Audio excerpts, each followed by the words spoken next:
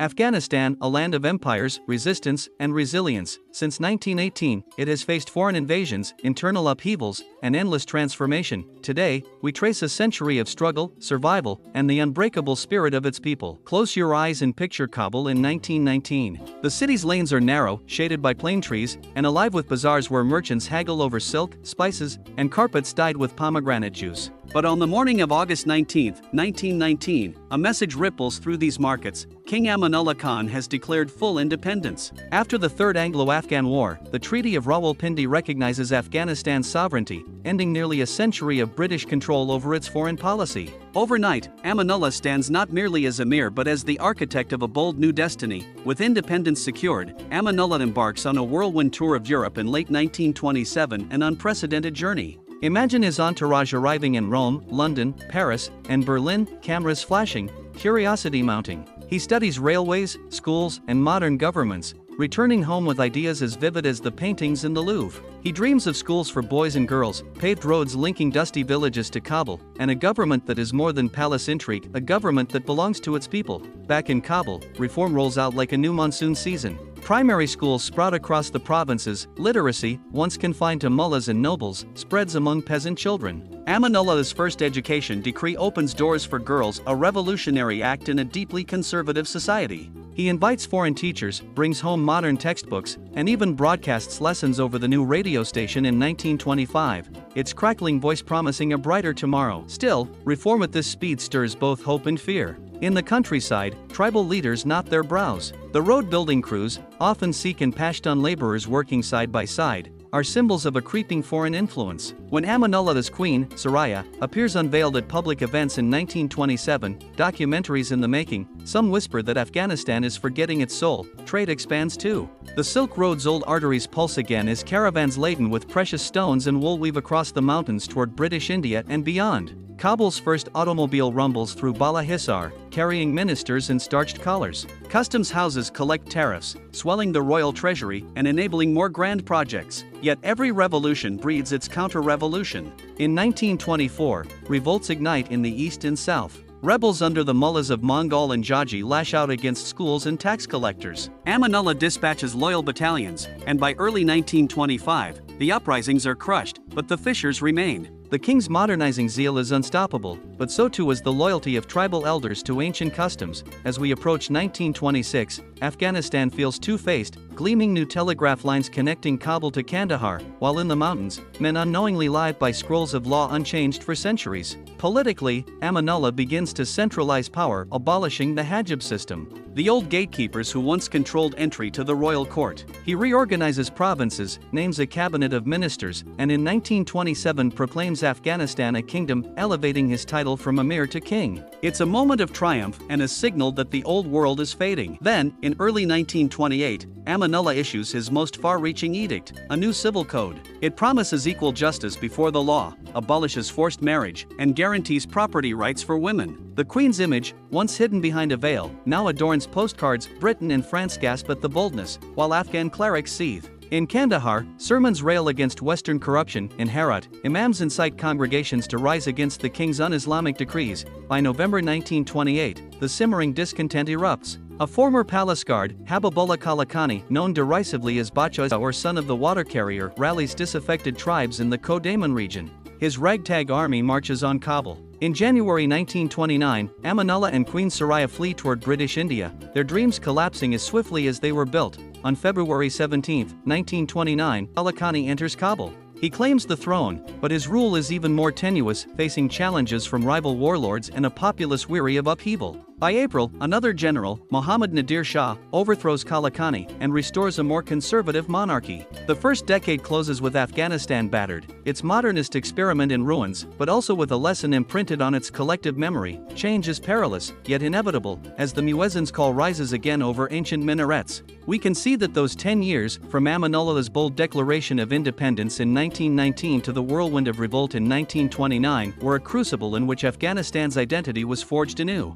Modern dreams clashed with tribal loyalties, women's voices emerged alongside men's, and the question of how to balance tradition with progress was posed in the most dramatic of theaters. Close your eyes and hear that fateful proclamation on August 19, 1919, after the brief but fierce Third Anglo-Afghan War. King Amanullah Khan stands on the steps of the palace and announces full independence. The Treaty of Rawalpindi, signed on September 8, 1919, confirms that Britain relinquishes control of Afghanistan's foreign affairs after a century of interference. For the first time since the 19th century, Afghan leaders walked the corridors of power unbowed by imperial strings. Almost immediately, Amanullah launches a sweeping modernization program. In December 1919, he establishes Afghanistan's first Ministry of Finance, appointing Habibullah Tarzi to draft a national budget. By mid-1920, customs duties on caravans weaving through the Khyber Pass swell state revenues. With new funds in hand, the government commissions the Civil Engineering Department to survey routes linking Kabul to Kandahar and Jalalabad. Imagine survey teams of Afghan engineers and Indian cartographers tracing mountain passes by day and sketching blueprints by lantern light at night. Education becomes a cornerstone. In January 1921, the royal decree opens primary schools in Kabul, Kandahar, Herat, and Mazar-i-Sharif. By 1924, over 30 schools enroll some 5,000 boys, many taught by foreign instructors from Turkey and Egypt. But Amanullah goes further. In September 1921, he decrees that girls may attend newly founded girls' schools. He invites the Iranian educator Mahmoud Tarzi to oversee curricula, blending arithmetic and geography with lessons in health and civics. When Queen Soraya opens the Lycée Franco-Afghan in Kabul that November, she shakes centuries of custom by appearing unveiled and image splashed across European newspapers. Medicine and public health also advance. In 1922, the Kabul General Hospital admits its first patients under Dr. Abdul Qadir, an Afghan physician trained in Istanbul. Smallpox campaigns begin in rural districts, with mobile clinics staffed by Afghan nurses, while mullahs debate whether vaccination conflicts with divine will. By 1925, infant mortality shows a modest decline, and the government launches a public health weekly bulletin, printed in Dari and Pashto, urging hygiene and clean water. Communication leaps forward. Telegraph lines, first strung from Kabul to Jalalabad in 1923, crackle with news of grain harvests and political dispatches. In October 1925, Radio Kabul comes alive, its first broadcast transmitting Amanullah's voice praising unity and progress. From dusty village square loudspeakers, peasants hear news of railways in Europe and marvel. Trade surges as Afghanistan reopens to the world. Wool and dried fruits pour through the Peshawar Customs House. In reverse, saddles, sugar, and kerosene arrive from British India. In 1922, Amanullah appoints a Chamber of Commerce to regulate guilds in Herat, where merchants long trafficked with Iran. Silk from China, via the walk-in corridor, trickles in. Caravanserais, once resting places for camel trains, now host Afghan entrepreneurs meeting Italian and French diplomats eager for mining concessions. Yet as cities hum with possibility, the countryside bristles.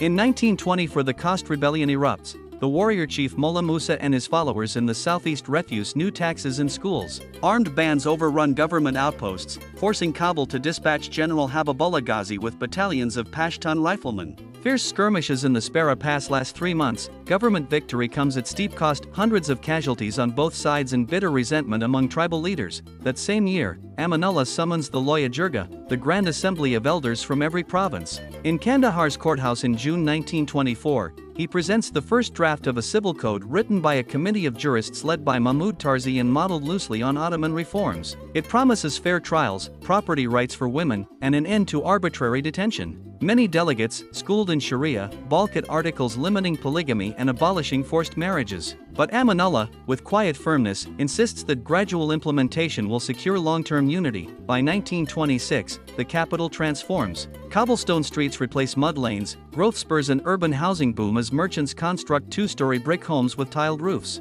New ministries, education, health, finance, and interior occupy pale yellow buildings around Charsada Road. Foreign architects from Berlin and Paris advise on municipal waterworks. Engineers lay pipes of Armenian ceramic tile, carrying spring water from the foothills into public fountains. In February 1927, Amanullah proclaims himself king, elevating Afghanistan from an emirate to a kingdom and adopting the title Padshah-i Afghanistan. The royal court issues lavish invitations, enamel cups engraved with the new seal, silk carpets woven with the royal lion and sun emblem. Then, in December 1927, he embarks on an audacious 6-month European tour. Picture his entourage arriving by train in Vienna, newspapers gush at his lean figure and sharp gaze. In Paris, he meets President Bryant at the Élysée Palace. In London, he inspects the Houses of Parliament. In Berlin, he takes the controls of a warplane at Tempelhof. Everywhere he goes, he sends back reporters' dispatches to Radio Kabul. Queen Soraya's role grows equally symbolic. In March 1928, she establishes the Women's Welfare Society in Kabul, offering sewing classes, literacy courses, and lectures on nutrition.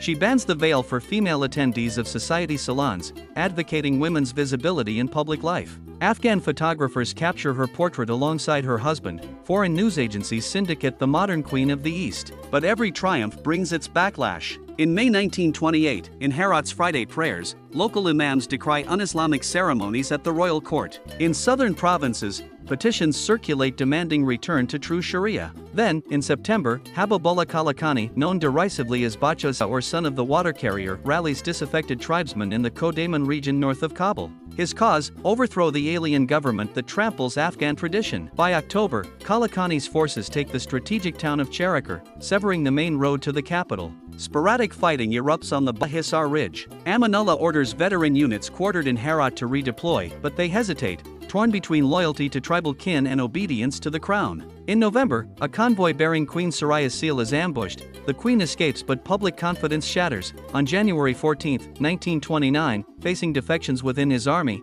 Amanullah abdicates and flees toward British India under cover of darkness. Kalakani enters Kabul on February 17, hoisting his black flag above the palace gates. His reign, however, is chaotic. Rival warlords claim provinces. Commerce grinds nearly to a halt, and the radio station falls silent. But even Kalakani cannot hold power for long. In April 1929, General Muhammad Nadir Shah, a returning ex-minister, unites conservative Pashtun factions and marches on Kabul. By November, Nadir captures the city, executes Kalakani, and crowns himself king. The decade closes with Afghanistan's modernist chapter in tatters, but its legacy endures. Schools remain standing, radio towers still puncture the skyline, and the question of how to reconcile faith, tradition, and modernization lingers in every village mosque. So when you hear the evening call to prayer echoing through our headphones, remember, those first 10 years of independence, 1919 to 1929, were a firestorm of ideas, blood, steel, and ink. They forged the contours of today's Afghanistan, a land perpetually balancing on the knife edge between past and future. Picture Kabul in early 1930. The echo of gunfire has faded, but the palace gates still bear the scars of recent battles. General Nadir Shah, once a minister in Amanullah's court, now surveys his kingdom with measured gaze. On October 18, 1930, he is formally crowned king. Unlike his predecessor's whirlwind of change, Nadir's approach is deliberate. He dismantles the excesses of Amanullah's civil code but preserves its spirit. Basic schools remain open, and radio broadcasts resume under tighter government control. Economically, the new regime seeks stability. In 1931, Nadir Shah establishes the National Bank of Afghanistan, issuing the Afghani as a unified currency for the first time. Gone are the myriad rupees and tilla coins. Instead, from Kandahar to Mazar, merchants count in Afghanis stamped with the royal seal. The currency reform anchors trade and gives Kabul's merchants confidence to rebuild warehouses and caravanserais. Silk rugs, dried fruits, and lapis lazuli flow again through Peshawar and into Iranian markets, buoying state revenues. On the education front, the king balances tradition with necessity. By 1932, primary schools number 60, enrolling some 12,000 boys and a smaller but growing cadre of 2,000 girls. Afghan educators, trained in India and Egypt, begin to replace foreign teachers, and curricula include Dari literature alongside arithmetic. In 1934, Kabul University opens its doors, offering courses in law, medicine, and Islamic theology. The Grand Hall's arches recall mobile mosques, yet within, students pore over modern textbooks, eager to serve a nation that now asks them to be both faithful custodians of heritage and architects of progress. Public health also advances under Nadir's watchful eye. In 1933, the Ministry of Public Health launches a nationwide malaria eradication campaign, distributing quinine rations in southern marshes. By decade's end, the incidence of malaria in the Helmand region drops by nearly half. Smallpox vaccination continues, and new clinics open along the Kabul-Jalalabad road, staffed by Afghan women graduates of the university's nursing program, an achievement unimaginable a decade earlier. Politically, Nadir Shah rules with tempered authority. He maintains the Loya Jirga, inviting tribal elders to Kabul to endorse laws, but he uses it sparingly, wary of its tendency to spark debate he cannot control. Regional governors, drawn largely from powerful Pashtun families, administer provinces with autonomy, yet owe their positions directly to the palace. When tribal unrest flares in Kandahar in 1935 over proposed road tolls, the king dispatches emissaries rather than troops, settling disputes with generous subsidies and by appointing local notables to government posts. In foreign affairs, Afghanistan treads a careful line between British India, the Soviet Union, and the newly independent Persia. In 1932, Kabul signs a non-aggression pact with Moscow, promising mutual respect of borders. Telegraph cables link Kabul to Tashkent, carrying coded wires about trade and security. Yet Afghan diplomats refuse to cede influence. They negotiate with British India for lower customs rates at the Khyber Pass and persuade Tehran to accept Afghan-built pipelines for natural gas exploration near Herat. Meanwhile, the world outside Afghanistan looks on with growing interest. In 1934, a young French filmmaker, Henri Duval, arrives in Kabul to shoot a short documentary on Afghan nomads. His footage, tent encampments of Kyrgyz herders in the northern Wakhan corridor, is screened in Paris in 1935 and billed as Mystery on the Roof of the World. Though the Afghan government permits only brief scenes of city life, the film sparks curiosity about the kingdom's hidden reaches. Back home, the first Afghan-made feature film debuts in the spring of 1936. Directed by Noryuddin, a Kashmiri-trained cameraman now back in Kabul, Echoes of the Hindu Kush tells the story of a young schoolteacher who journeys from Herat to the capital. Shot in black and white on 35mm stock, its choppy camera work and stilted dialogue betray its nascent status, but audiences flock to the makeshift cinema erected in Balahisar's courtyard, hungry to see their own landscapes on the silver screen. By 1937, radio has become a staple of urban life. Radio Kabul broadcasts daily bulletins of weather, grain prices, and poetry recitals by Hafiz Shirazi. In May of that year, it airs a serialized children's drama about a clever fox and a greedy wolf written by an Afghan woman playwright, Aisha Barmak, who would go on to found Kabul's first theater troupe. Mothers in Kabul and Kandahar tune in on household crystal tube radios, marveling at the voices that fill their homes. Yet modernization never fully reaches every valley. In the mountains east of Jalalabad, road surveys still rely on mule caravans, and in Badakhshan's remote villages, girls remain barred from school. Nadir Shah's son, the young Crown Prince Zahir, tours these regions in 1938, wearing traditional chapan robes, listening to elders over tea. It is a calculated gesture, a signal that the monarchy cares for all its subjects, not just the urban elite. The decade draws to a close with a moment of profound transition. On October 8, 1939, King Nadir Shah is tragically assassinated at a school ceremony in Kabul. Amid the gunfire and chaos, Crown Prince Zahir, aged just 19, flees into the palace courtyard. Within hours, he is proclaimed king. Thus, the 1930s end not with the lesson of bold reform or fiery revolt, but with a young monarch thrust into responsibility. As the muezzin's voice drifts across the ancient citadel walls that evening, it carries a new message. Afghanistan's experiment in cautious modernization marches on under fresh leadership. The schools that Amanullah once opened and Nadir Shah preserved still stand, the radio tower continues to hum with voices, and the Afghani remains the pulse of the marketplace. Yet the view from the palace is changed forever. The next generation must decide whether to accelerate or restrain the march toward modernity. Imagine Kabul in the spring of 1940. Jasmine scents the air along the newly paved avenues, while cheerful children in woolen coats cluster around a radio set in the palace salon, listening to broadcasts from far-off capitals. Afghanistan has maintained strict neutrality since 1939. But the tremors of war echo through its mountain passes. British and Soviet delegations call repeatedly, seeking transit rights for supplies and troop movements. King Zahir Shah meets them with courtesy and firmness. No foreign boots will trample Afghan soil, he insists, preserving the kingdom's sovereignty. Behind the scenes, the Afghan government quietly reinforces its defenses. In 1941, officers trained in India returned to Kabul and established the Afghan Army Staff College, laying plans for mountain brigades equipped with rifles and mule-borne artillery. Mountain passes are surveyed and mapped with greater precision than ever before, records that will later guide cartographers and road builders alike. Yet beyond the barracks, life goes on. The Lycée Franco-Afghan fills its classrooms, and new primary schools open in Ghazni and Kunduz, enrolling local girls as well as boys. By mid-1942, the war's strain on world markets sends wool and dried fruit prices soaring. Afghan merchants capitalize on demand, exporting record shipments of lambskins to Britain and raisins to the Soviet Union. Caravanserais bustle with traders, and customs receipts into the royal treasury swell accordingly. The Ministry of Finance, under the steady hand of Prime Minister Mohammad Hashim Khan, uses the surplus to finance a nationwide road program. Narrow motorways now link Kabul to Kandahar and Herat by 1944, replacing treacherous mule tracks. Culturally, the 1940s saw the flowering of Afghan arts. In 1943, Kabul's Royal Theatre Company stages its first full-length play, an adaptation of a classic Persian poem, on a makeshift stage in the palace courtyard. Poets and painters gather at the Women's Welfare Society salons,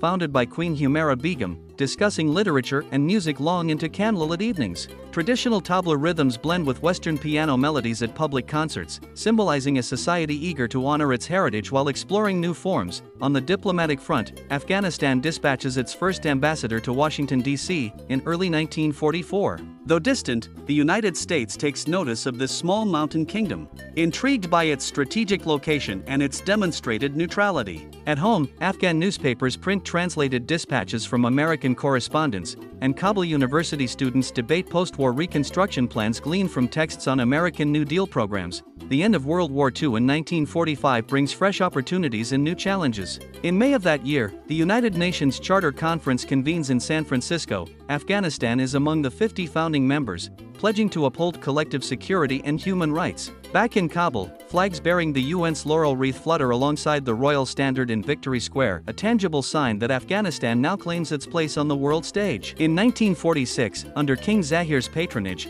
the government launches the Helmand Valley Development Survey. Engineers and agronomists, some trained in the United States through early technical assistance programs, chart irrigation canals and test soil samples. Their goal: transform arid plains into fertile fields capable of feeding millions. Though construction will not begin for several more years, the survey marks Afghanistan's first large-scale collaboration with Western experts. Meanwhile, domestic politics remain surprisingly calm. The Loya Jirga meets only twice, in 1943 and again in 1947, to ratify treaties and approve modest budgetary measures. Regional governors exercise autonomy but report directly to the Prime Minister's office in Kabul, ensuring that the center retains influence. When a minor revolt flares in the remote Nuristan province in 1948, sparked by rumors of forced conscription, the king dispatches a peace mission rather than troops, offering amnesty and local representation in the new district council. Internationally, the most momentous event of the decade arrives in August 1947, when British India is partitioned into the Dominion of India and the Dominion of Pakistan. Afghanistan is the very first country to recognize the new nation of Pakistan, establishing diplomatic ties on September 8, 1947. Ports in Karachi open to Afghan trade, and overland routes through the Khyber Pass become busier than ever. Yet this decision also strains Kabul's relations with New Delhi, introducing a new layer of complexity to regional diplomacy. As the decade draws to a close, King Zahir Shah embarks on a historic state visit to Europe in the autumn of 1949. In London, he meets with King George VI, in Rome, with Prime Minister de Gasperi, and in Paris, with President Auriol. There, he negotiates lines of credit for future development projects, including a modern hospital in Herat and advanced teacher training programs in Kabul. Newspapers across Europe marvel at the youthful monarch's poise and vision. Returning home, the king addresses a joint session of the Loya Jirga, his first formal speech to the elders since 1939, outlining a bold 5-year plan for education, infrastructure, and health. He pledges to expand university departments in agriculture and engineering, to complete the Helmand Valley irrigation scheme, and to foster Afghanistan's fledgling film and radio industries. As the sun sets over the Shah-Ina Palace that evening, the muezzin's call seems infused with new promise. A kingdom poised at the threshold of modernity, yet rooted deeply in its timeless mountains. Picture the sun rising over the Kandahar plain in spring 1950, its beams glinting off newly dug irrigation ditches. The Helmand Valley project, surveyed in 1946, breaks ground in earnest under American engineers contracting through the US Point 4 program. By mid-1951, earth-moving equipment powered by surplus World War II tractors carves out the Bogra Canal. Afghan peasants, once reliant solely on seasonal floods, now watch year-round streams split the desert, transforming thousands of acres into rice paddies and cotton fields. The roar of bulldozers and the chatter of dari mix with the scent of fresh-turned soil. Meanwhile, in Kabul's governmental heart, a generational shift unfolds. Prime Minister Shah Mahmud Khan, who has held power since 1946, resigns in April 1953.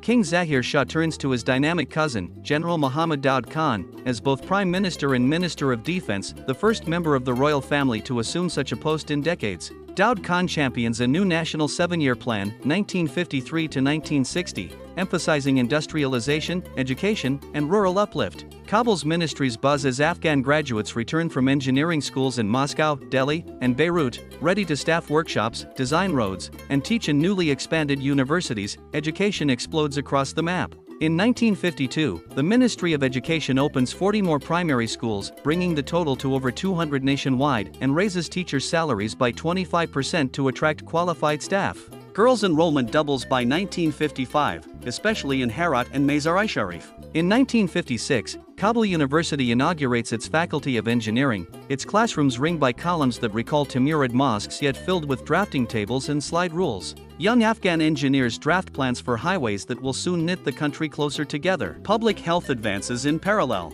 In 1951, a sweeping malaria control campaign introduces DDT spraying around canals and villages, a controversial move, but one that cuts malaria cases by over half within 2 years. A new National Institute of Public Health, founded in 1954, trains Afghan nurses and inspectors who travel by jeep to remote clinics in Bamiyan and Khost. Immunization against smallpox and polio becomes routine by 1958, carried out under village-level health committees. On the roads, the first of the 7-year plan's flagship projects opens in 1955, the paved highway from Kabul to Kandahar, stretching nearly 500 kilometers and slashing the journey from several days by mule to a single afternoon by bus. Motorists marvel at tunnels cut through the Spin Gar Mountains and steel-reinforced bridges spanning high mountain streams. Service stations with tea-stained marquees appear at 20-kilometer intervals, a symbol of Afghanistan's new mobility. In foreign affairs, Afghanistan masterfully plays two sides. From 1951 onward, U.S. aid through .4 totals over $140 million,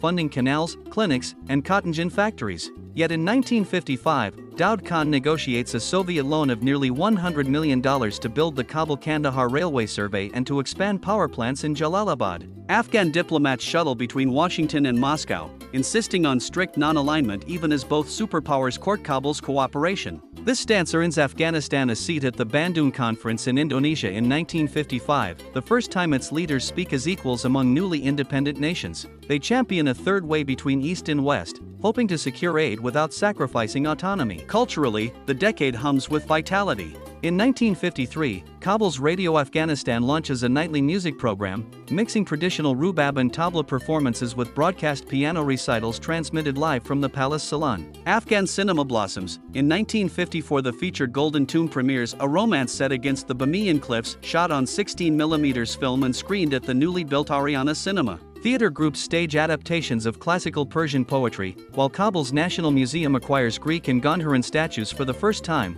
opening its doors to schoolchildren on weekends. Politically, Daud Khan's tenure is energetic yet cautious. He convenes Loya Jirgas in 1954 and again in 1958 to ratify the 7-year plan and to debate new labor laws guaranteeing minimum wages in state-run factories. Though some tribal leaders bristle at centralized authority, Daud quells dissent through a mix of patronage, granting local development committees small budgets, and the subtle presence of Afghan military detachments, often composed of local recruits. By 1957, Afghanistan's face has changed. Windblown adobe villages still dot the valleys, but alongside them rise brick schoolhouses crowned with satellite dishes used to receive educational radio programs from abroad. The Afghani holds steady against foreign currencies, its stability a point of national pride. Cotton mill smokestacks in Kandahar and Herat signal the first strides toward an industrial economy. As the decade winds down, on December 27, 1959, Afghanistan celebrates the completion of the Bogra Canal, a festival in Lashkar Gah sees rice farmers in wrist-deep water,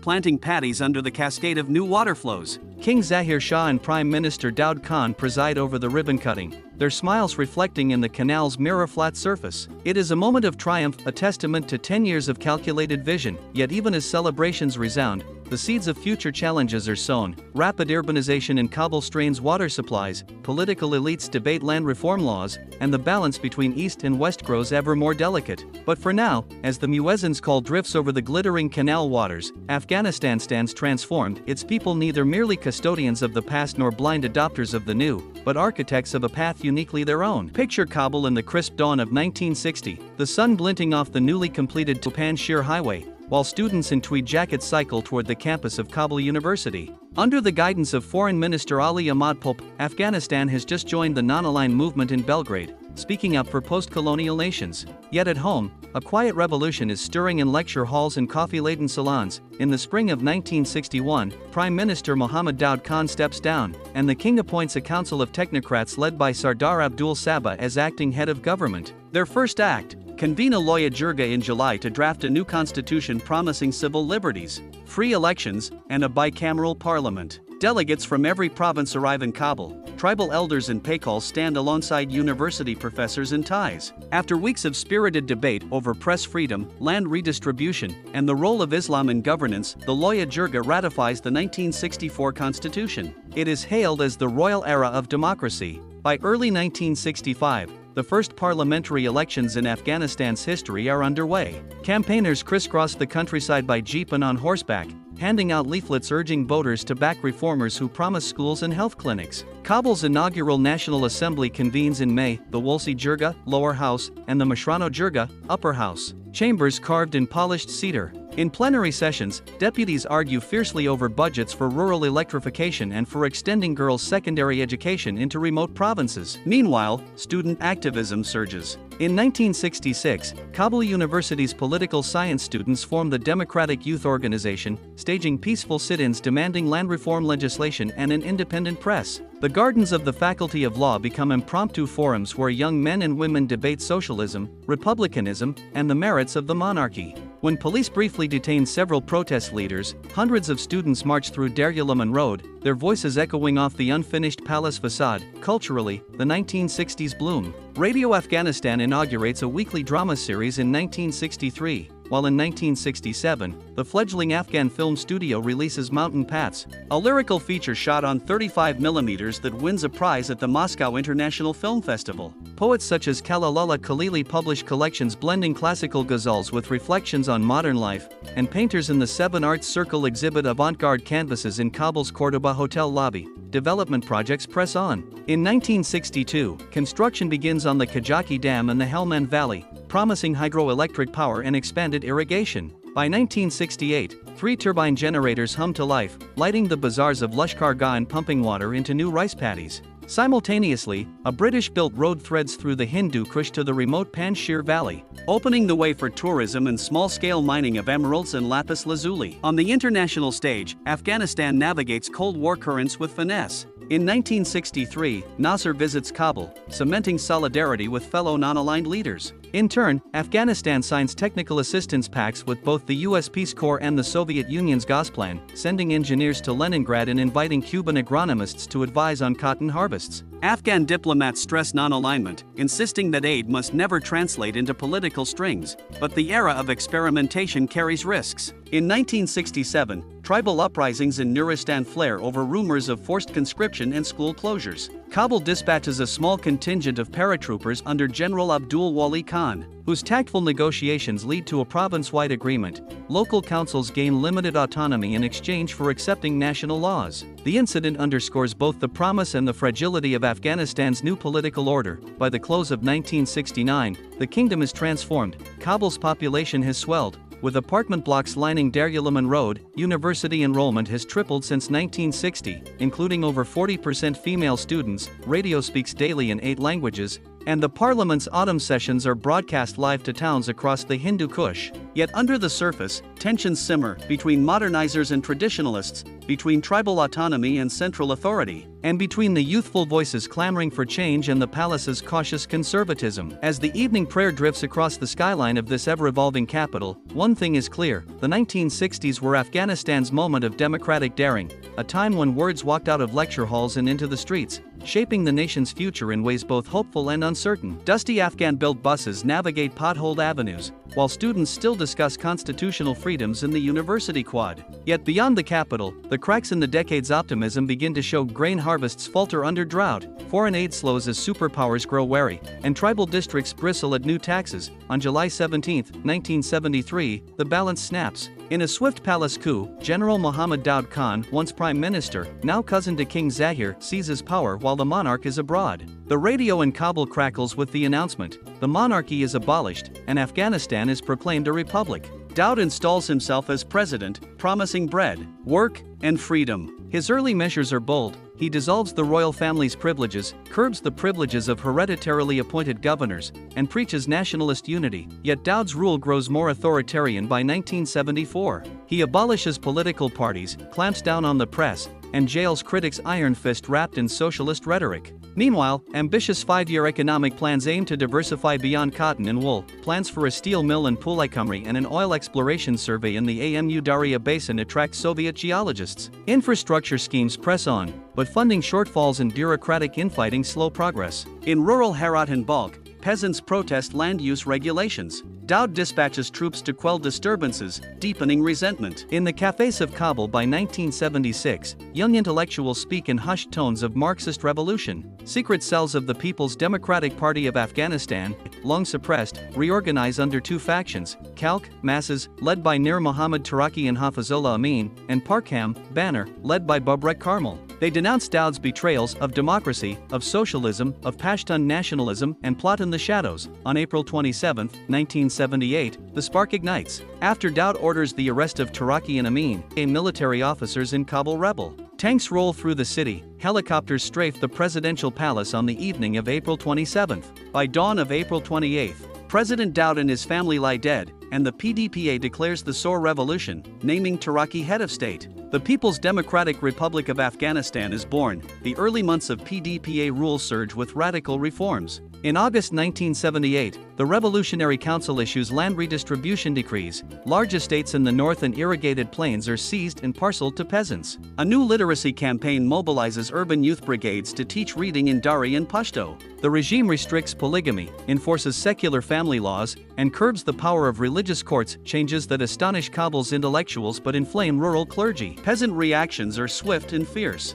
In Lagman and Kunar provinces, uprisings by Mujahideen bands erupt by late 1978, armed resistance fueled by imams denouncing godless communism. The regime responds with mass arrests and aerial bombardments of mountain villages. By early 1979, the countryside is ablaze, guerrilla bands swell, Soviet military advisors arrive in growing numbers, and the PDPA's Khalq-Parkam split deepens factional purges in Kabul. On September 14, 1979, Taraki is ousted and murdered on Amin's orders in the palace basement. Amin takes power, promising to crush the insurgency within months. Instead, he alienates both Soviets, who distrust his volatility, and Afghan moderates, who fear his brutality. Dissent within the PDPA grows as Amin's security forces arrest and execute thousands, including many Parkam members. The final act unfolds on December 27, 1979. Under cover of night, Soviet special forces storm the Tajbeg Palace outside Kabul. President Amin is killed, and Babrak Karmal, a Parkam leader, is installed as head of state. The Red Army rolls beyond the city into the provinces, deploying airborne divisions into the Panjshir and Zadran valleys. Operation Storm 333 marks the start of a full-scale Soviet intervention, a watershed that will embroil Afghanistan in a decade of foreign occupation and guerrilla warfare. By the close of 1979, Afghanistan's hopes for self-determined modernization lie in ruins. The abrupt shifts from monarchy to republic to socialist state have fractured society. Urban elites alienated, peasants enraged, communists divided, and foreign troops entrenched. Radio Kabul broadcasts propaganda in Dari, Pashto, Russian, and even English, imploring unity against imperialist enemies. But in mosques and mountain caves, Mujahideen leaders like Ahmad Shah Massoud and Gabudin Hekmatyar organize resistance cells, laying the groundwork for the long war ahead. As the muezzin's call mingles with the rumble of Soviet convoy engines, one truth emerges: the decade of 1970 to 1979 reshaped Afghanistan more profoundly than any before. In these 10 years, revolutions toppled kings, ideologies clashed, and outside forces cast a long shadow over the land's fate. The Grand Boulevard of Darulaman is lined with sandbagged checkpoints,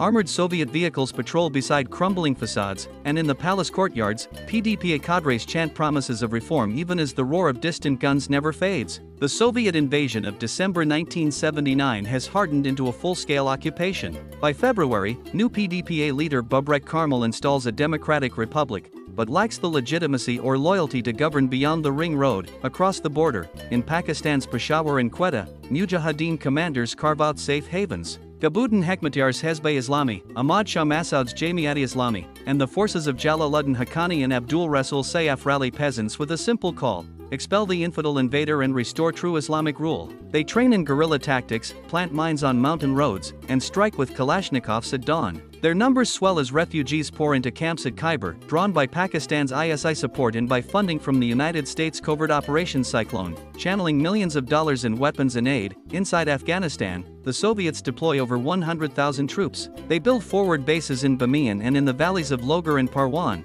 erecting landing pads for Mi-8 helicopters and digging trenches around airfields. PDPA militias, equipped with BMP-1 infantry fighting vehicles, go door to door in Kabul and Jalalabad, purging suspected dissidents. A literacy campaign poster in Dari, read "To Save Islam," hangs alongside a mural of a Soviet tank crushing bandits. Yet rural districts remain beyond their grasp. By 1982, the war's humanitarian toll becomes clear. 500,000 Afghans lie dead or wounded, more than 3 million refugees crowd Pakistan and Iran, entire villages in Kunar and Nuristan lie in ashes. In Kabul's hospitals, doctors trained under Nadir Shah now operate by candlelight, treating shrapnel wounds and frostbite. The Afghan economy contracts sharply, factories shutter, carpets go unsold, and the Afghani plummets. Behind the scenes, politics shift. In May 1986, Mikhail Gorbachev's glasnost and perestroika reached the Politburo in Moscow. Babrak Karmal is sidelined. Defense Minister Mohammad Najibullah, formerly head of the secret police, takes power. He unveils the National Reconciliation Policy, cease hostilities, convene a Loya Jirga of tribal elders, and draft a new constitution guaranteeing Islam as state religion. Kabul's streets briefly bloom with yellow jasmine, and posters celebrate peace through dialogue. Yet most mujahideen distrust Kabul's promises, and fighting surges. Internationally, pressure mounts. In April 1988, Afghan Foreign Minister Wazir Ahmad Mutazim and Pakistani counterpart Agha Shahi signed the Geneva Accords under UN auspices, agreeing on a timetable for Soviet withdrawal and the non-interference of external powers. On May 15, 1988, the first convoys of Soviet troops depart Kabul, retracing the routes they once forced open. By February 15, 1989, the last of the 115,000 Soviet soldiers, the limited contingent, vanish into the high passes, ending a decade of direct intervention. Yet the guns do not fall silent. President Najibullah, buoyed by continued Soviet aid, holds Kabul with armored brigades and air power. Villages once liberated by mujahideen fighters are retaken, only to be lost again. The refugee camps burgeon anew as Afghans, disillusioned, exhausted, seek shelter across the border. By December 1989, Afghanistan stands exhausted but unbowed. The decade's legacy is writ large, towering columns of concrete bunkers dot the countryside, mass graves lie hidden beneath orchards, and the diaspora, scattered from Hamburg to Houston, carries memories of home. Yet amid devastation, the spirit of resistance endures. Carpet weavers in Herat quietly stitch verses of poetry into their rugs. Children in refugee schools learn the alphabet alongside lessons in homeland. And in the mountains, mujahideen commanders plan the next chapter. Watchtowers still loom over shattered boulevards, while crowds queue at bakeries for loaves of government-subsidized bread. President Najibullah, fortified by dwindling Soviet aid, clings to power from the presidential palace. Yet cracks are deepening. Mujahideen offensives in the north cut supply lines, and Prime Minister Abdul Sabah's attempts at a national reconciliation government win few allies among rival commanders. By March 1991, Gorbachev's Soviet Union collapses, with it goes the last lifeline of the Kabul regime. Emboldened, Ahmad Shah Massoud's Northern Alliance seizes strategic towns in Panjshir and Takhar. In April 1992, President Najibullah, abandoned by his own party, takes refuge in the United Nations compound.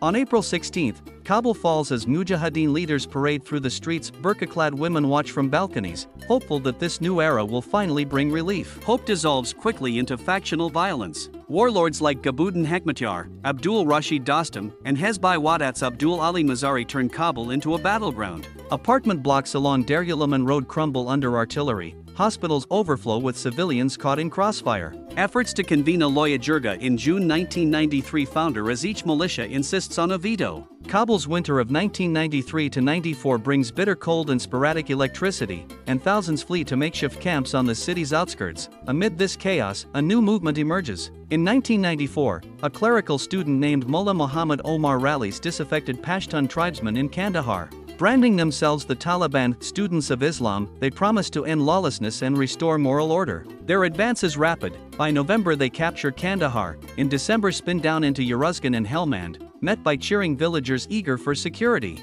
Their strict interpretation of Sharia banning music, restricting women's roles, and enforcing corporal punishments raises alarm, but many Afghans, exhausted by warlord tyranny, accept their austere rule as preferable to anarchy. In 1995, the Taliban press northward. Kandahar's governor surrenders, Lashkargah falls, Herat siege ends with the flight of Sunni alliance forces. By September 1996, Taliban fighters encircle Kabul. On September 27, they seized the capital, declaring the Islamic Emirate of Afghanistan. President Burhanuddin Rabbani and Massoud retreat to Panjshir, forming the Northern Alliance once again. Under Taliban rule, Kabul streets empty at prayer times, girls are expelled from schools, and the Ministry for the Promotion of Virtue and Prevention of Vice enforces strict dress and behavior codes. Internationally, Afghanistan becomes ever more isolated. Only Pakistan, Saudi Arabia, and the United Arab Emirates recognize the Taliban government. Humanitarian agencies struggle to deliver aid amid sanctions and a crumbling economy.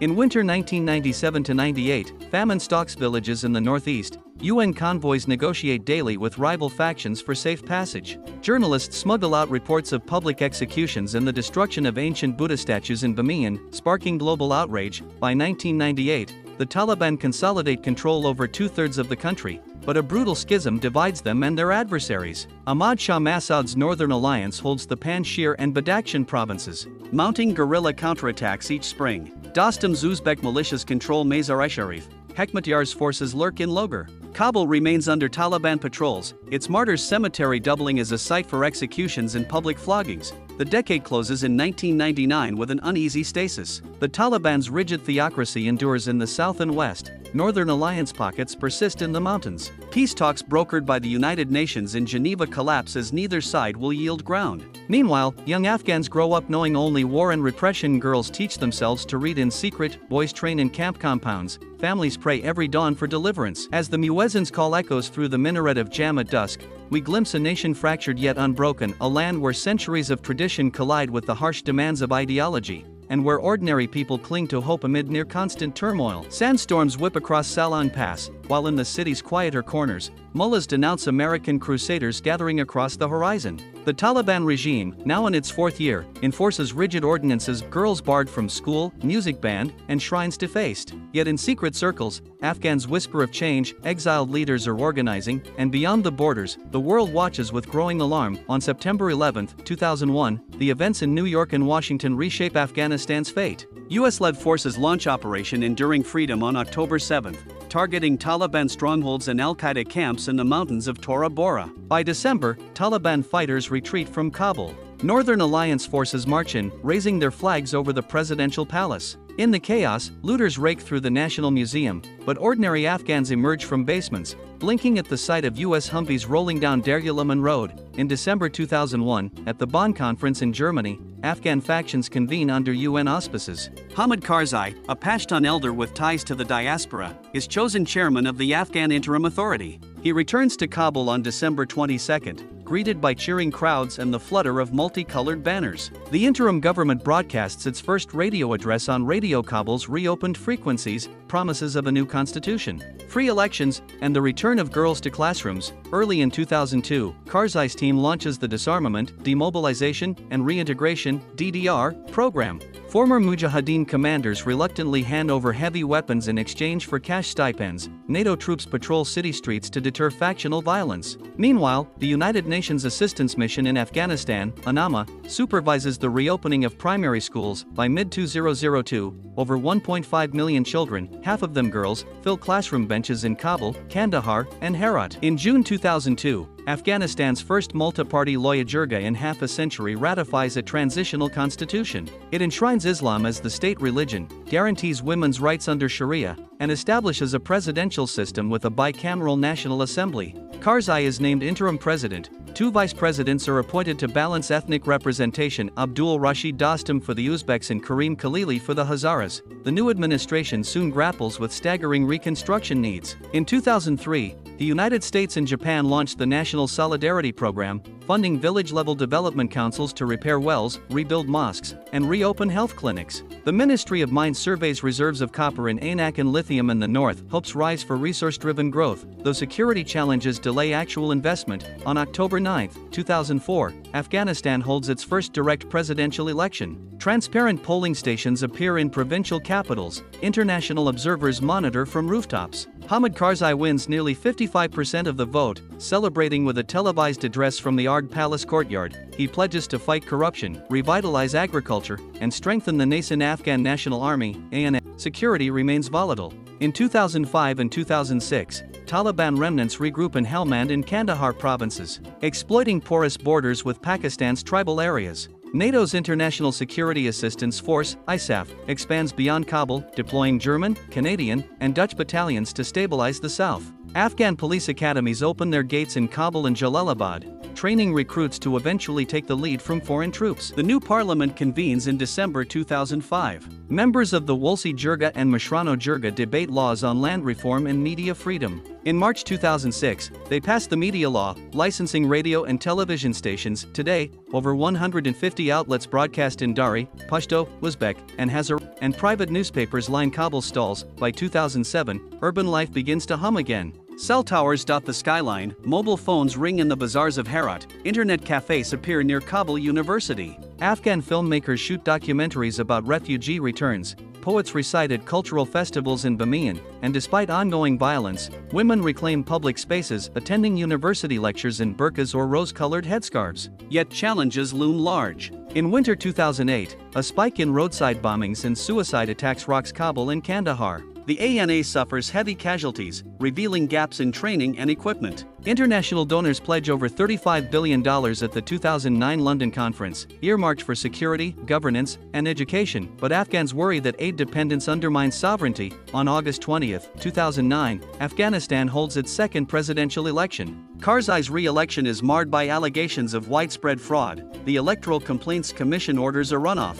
Then the second round is cancelled as opponents withdraw. The controversy strains confidence in democratic institutions and underscores the fragility of Afghanistan's political experiment. By December 31, 2009, as winter settles over Kabul's snow-dusted rooftops, the decade closes on a bittersweet note. Schools bustle with eager children, markets teem with colorful carpets and embroidered coats. The ANA's green uniforms mingle with ISAF patrols, yet insurgent attacks persist, and many Afghans remain displaced. The promise of reconstruction shines alongside the shadows of lingering conflict. Cranes lift steel beams for new office towers, while checkpoints bristle with U.S. Marines and NATO soldiers patrolling alongside Afghan National Army recruits. President Hamid Karzai begins his second term amid debates over corruption and the pace of security transitions. Yet outside the capital, districts once deemed cleared by coalition forces fall back under Taliban influence, reminding everyone that Afghanistan's fate remains fragile. In late 2010, ISAF Commander General David Petraeus unveils the Afghan local police program empowering village-level militias to defend their homes. Some communities welcome the initiative, seeing immediate security gains. Others worry about factional abuses and long-term accountability. Across Helmand and Kandahar provinces, British and Dutch battalions hand over patrol bases to ANA units, who test their mettle against renewed Taliban offensives. By 2011, Afghan voices grow louder. Young radio producers launch independent stations in Herat, Mazar-i-Sharif, and Jalalabad, broadcasting women's rights programs and tolerant interpretations of Islam alongside local news. Kabul University students revive political clubs, debating constitutional reform and the role of warlords in post-2001 politics. In August 2011, the death of Osama bin Laden in nearby Pakistan jolts the region. Taliban spokesmen scramble to claim distance, while Afghan leaders vow to press on with reconstruction. The next 2 years witness a gradual drawdown of foreign troops. In 2013, President Karzai brokers the Bilateral Security Agreement, BSA, with the United States, setting terms for a residual 10,000-strong force beyond 2014. Afghan forces assume lead security responsibility nationwide. ANA brigades and the fledgling Afghan National Police, ANP, launch Operation Dragon Sweep, retaking insurgent-held villages, though at significant cost in lives and equipment. In October 2014, Afghanistan holds a landmark presidential election. Amid accusations of fraud and a runoff contested between Ashraf Ghani and Abdullah, a UDA-mediated national unity government is formed. Ghani becomes president. Abdullah takes the newly created role of chief executive. The compromise restores some confidence but also exposes deep ethnic and regional fissures in the polity. Civilians press forward. By 2015, mobile phone penetration soars past 70%. Entrepreneurs in Kabul and Herat launch TechStart UPS, offering online money transfers and e-health services. Civil society groups organize human rights workshops in Kandahar, empowering women to run for local council seats for the first time. Despite Taliban suicide bombings in market squares, these grassroots efforts signal a society determined to carve out space for itself. On the battlefield, however, the Taliban regain momentum. In 2016, they briefly overrun Kunduz city and omen of the government's tenuous hold on key urban centers. NATO's resolute support mission transitions to an advise and assist role, and Afghan special operations units shoulder the burden of counter-terrorism raids. Meanwhile, the Islamic State Khorasan province, ISKP, emerges in eastern Nangarhar, seizing territory and clashing with both Taliban and Afghan forces. Against this backdrop, several rounds of peace negotiations commence and falter. Starting in 2015, the Afghan government hosts low-level talks in China and Qatar with Taliban envoys, but no breakthrough is achieved. In 2018, the United States dispatches a special envoy to Doha, opening direct U.S. Taliban talks. News of secret meetings in Gulf capital hotels electrifies Kabul's political class, many fear being sidelined in negotiations that will decide Afghanistan's future. In February 2020, just beyond our decade's end, those talks deliver the first U.S. Taliban agreement in principle, setting the stage for major reductions of U.S. troops and a Taliban commitment not to host foreign jihadists. Though technically outside 2010 to 2019, the tremors of this accord already shape late 2019 dynamics. Senior Afghan figures rush to chart peace plans, historical enemies meet in Kabul's presidential palace, and hope flickers amid weary uncertainty. Throughout the decade, Afghan civil society never falters. Universities expand women's enrollment to nearly 40%. Independent newspapers like the Kabul Daily publish investigative exposes on warlord land grabs, and underground music scenes in Herat blend rap and traditional rubab tunes to critique both Taliban and government failings. In remote Bamiyan, local artisans revive the lost art of lapis-inlaid woodwork, selling to tourists and online buyers alike. By December 31, 2019, Afghanistan stands transformed and challenged. The ANA counts over 300,000 troops, ASKP is contained but not defeated, the Taliban control or contest nearly half the country's districts, and international donors pledge billions at successive Tokyo conferences. Yet each day, Afghans awaken to the same question: can a politics forged in gunfire yield lasting peace? As the muezzin's call echoes under the glow of Kabul's new civic lights, we see a nation stalwart in its hopes, scarred by its battles, yet ever forging ahead. The decade of 2010 to 2019 reminds us that Afghanistan's story is not written solely by warriors or diplomats,